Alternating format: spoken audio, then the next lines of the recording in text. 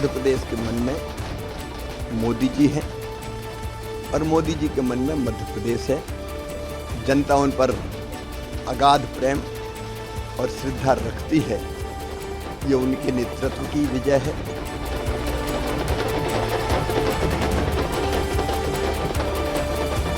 मोदी जी का जादू काम कर रहा है, पूरी तरह से जादू काम कर रहा है। पूरा लहर आंधी। और राजस्थान में जादूगर की जादूगरी का क्या हुआ? बिल्कुल फेल हो गई। छत्तीसगढ़ की जनता न भ्रष्टाचार को बर्दाश्त करती, न महादेव ऐप को बर्दाश्त करती, न इनके शराब घोटाले के, न इनके कोयले घोटाले को, पीएससी के घोटाले को इन्होंने रिजेक्ट किया। छत्तीसगढ़ की जनता झूठ और अहंकार को ध्वस्त करना चाहती थी और इसलिए चेहरे बदलने के लिए और भूपेश को इस प्रकार रिजेक्ट किया। 4 राज्यों के विधानसभा चुनाव के परिणाम आ चुके हैं। मध्य प्रदेश, राजस्थान और छत्तीसगढ़ विधानसभा चुनाव में बीजेपी को बड़ी जीत मिली है। एक तरफ जहां इन नतीजों ने बीजेपी कार्यकर्ताओं का मनोबल बढ़ा दिया है, उनमें जोश भर दिया है, वहीं 2024 के लोकसभा चुनाव से पहले इन नतीजों को बीजेपी के लिए अच्छे संकेत के रूप में देखा जा रहा है। 2024 के चुनाव अगर फाइनल है तो इसे सेमीफाइनल माना जा रहा था, जिसे बीजेपी ने जीत लिया है।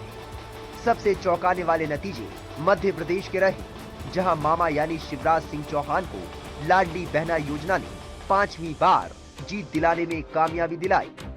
सबसे चौंकाने वाले नतीजे मध्य प्रदेश के रहे, जहां मामा यानी शिवराज सिंह चौहान को लाडली बहना योजना ने 5वीं बार जीत दिलाई।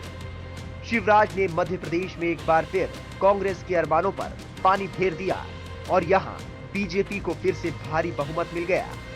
230 विधानसभा सीटों वाले मध्य प्रदेश में बीजेपी को 160 से ज्यादा सीटें मिली, जबकि कांग्रेस 70 सीटों से नीचे सिमट कर रह गई। बीजेपी की बम्पर जीत की सबसे बड़ी वजह शिवराज सिंह चौहान का वो गेम चेंजर ऐलान रहा, जो उन्होंने चुनाव से कुछ महीने पहले किया था। माना जा रहा है कि लाडली बहना योजना का करोड़ों महिलाओं को मिले फायदे की वजह से राज्य की महिलाओं ने बीजेपी सरकार के पक्ष में बढ़ चढ़कर मतदान किया। बीजेपी ने पूरा चुनाव शिवराज सरकार की लाडली बहना योजना को केंद्र में रखकर लड़ा। शिवराज सिंह चौहान भी चुनावी सभाओं में खुद को मामा की तरह पेश करते रहे, यानी वो बताते रहे कि महिलाओं के भाई हैं और अगर बीजेपी जीत कर सत्ता में वापस नहीं आई तो लाडली बहना योजना बंद हो सकती है। भारतीय जनता पार्टी को फिर से प्रचंड बहुमत मिलने जा रहा है। मध्य प्रदेश के मन में मोदी जी हैं और मोदी जी के मन में मध्य प्रदेश है। जनता उन पर अगाध प्रेम और श्रद्धा रखती है। ये उनके नेतृत्व की विजय है। अमित भाई ने जो रणनीति बनाई, ये उसका परिणाम है। नड्डा जी का हमें मार्गदर्शन मिला। मैं केंद्र को प्रणाम करता हूं। फिर हमने पूरे चुनाव को पूरी ताकत से सामूहिक नेतृत्व में लड़ा। हमारे प्रदेश अध्यक्ष वीडी शर्मा जी और संगठन के बाकी सारे कार्यकर्ता भी काम में लगे। और सबसे बड़ी एक बात और है कि डबल इंजन की सरकार, नरेंद्र मोदी जी का आशीर्वाद सदैव मध्य प्रदेश को मिला, तो केंद्र सरकार की योजनाओं का भी आदर्श क्रियान्वयन हमने मध्य प्रदेश में किया। और मध्य प्रदेश सरकार ने इतने वर्षों में, चाहे सड़क हो, बिजली हो, पानी हो, शिक्षा हो, स्वास्थ्य हो, सिंचाई हो, कोई भी क्षेत्र ऐसा नहीं छोड़ा जिसमें बेहतर काम ना किया हो। ये एक दिन में परिणाम नहीं आता, लगातार बेहतर काम करने के कारण परिणाम आता है।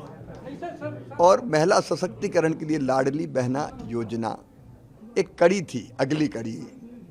लाडली लक्ष्मी, कन्या विवाह, रिजर्वेशन महिलाओं को, बहनों को, ऐसी श्रृंखला थी। उसकी एक अगली कड़ी थी लाडली बहना। राजस्थान के चुनावी नतीजे भी बीजेपी के लिए बड़ी खुशखबरी लेकर आए कि यहां इस बार जादूगर के नाम से मशहूर अशोक गहलोत का जादू नहीं चला। कहा जा रहा था कि यहां इस बार कुछ नया हो सकता है, यानी जो पैटर्न चला आ रहा है वो टूट सकता है। और फिर से कांग्रेस की सरकार बन सकती है, लेकिन ऐसा नहीं हुआ। बीजेपी ने राजस्थान में भी बम्पर जीत दर्ज की। 199 सीटों वाले राजस्थान विधानसभा में बीजेपी को 110 से ऊपर सीटें मिली, जबकि कांग्रेस 70 से नीचे सीटों पर सिमट गई। इन स्टेट्स में बीजेपी की बढ़त है, क्या कहेंगी? मोदी जी का जादू काम कर रहा है पूरी तरह से जादू काम कर रहा है, पूरा लहर आंधी। और राजस्थान में जादूगर की जादूगरी का क्या हुआ? बिल्कुल फेल हो गई। फेल हो गई फेल है। हो तो अभी सीएम फेस के रूप में भी जनता आपको चाह रही। मैं यहाँ लोगों से बात कर रहा था, सब कह रहे थे कि दिया कुमारी अब की बारी।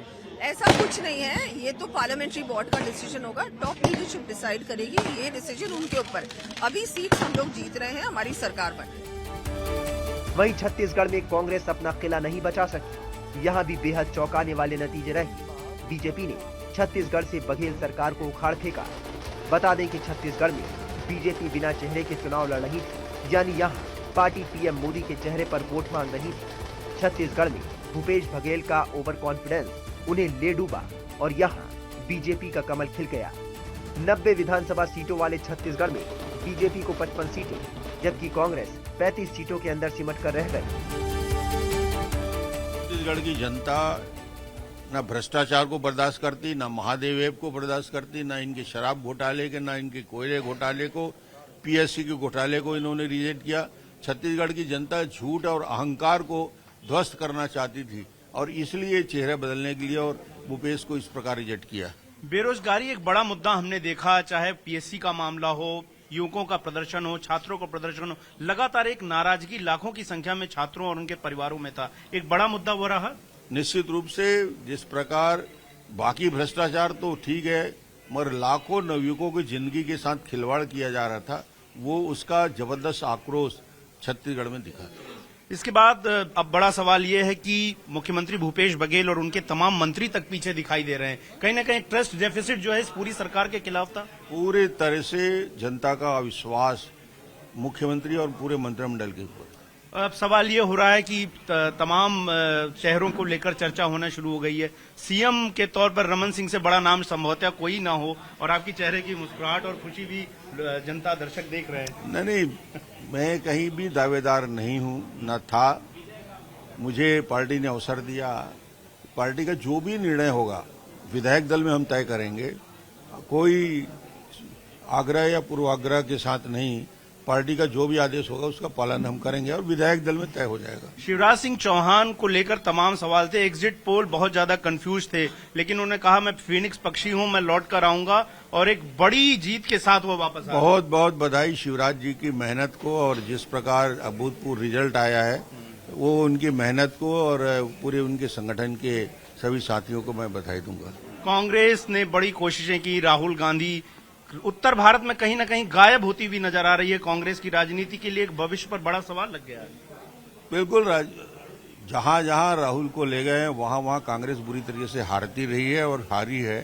ये स्पष्ट इससे दिख गया कि राहुल की उपस्थिति से जनता को उसके ऊपर कभी भरोसा हो नहीं सकता।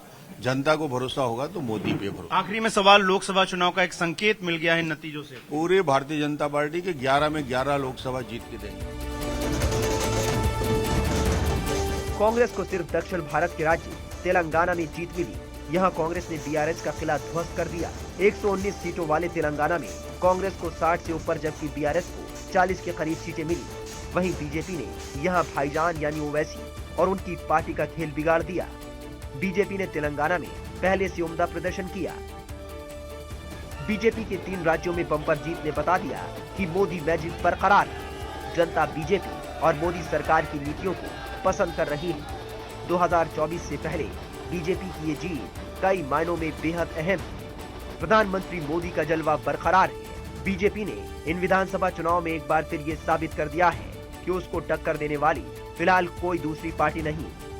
वहीं कांग्रेस के लिए 2024 लोकसभा चुनाव से पहले ये बहुत बड़ा झटका माना जा रहा है।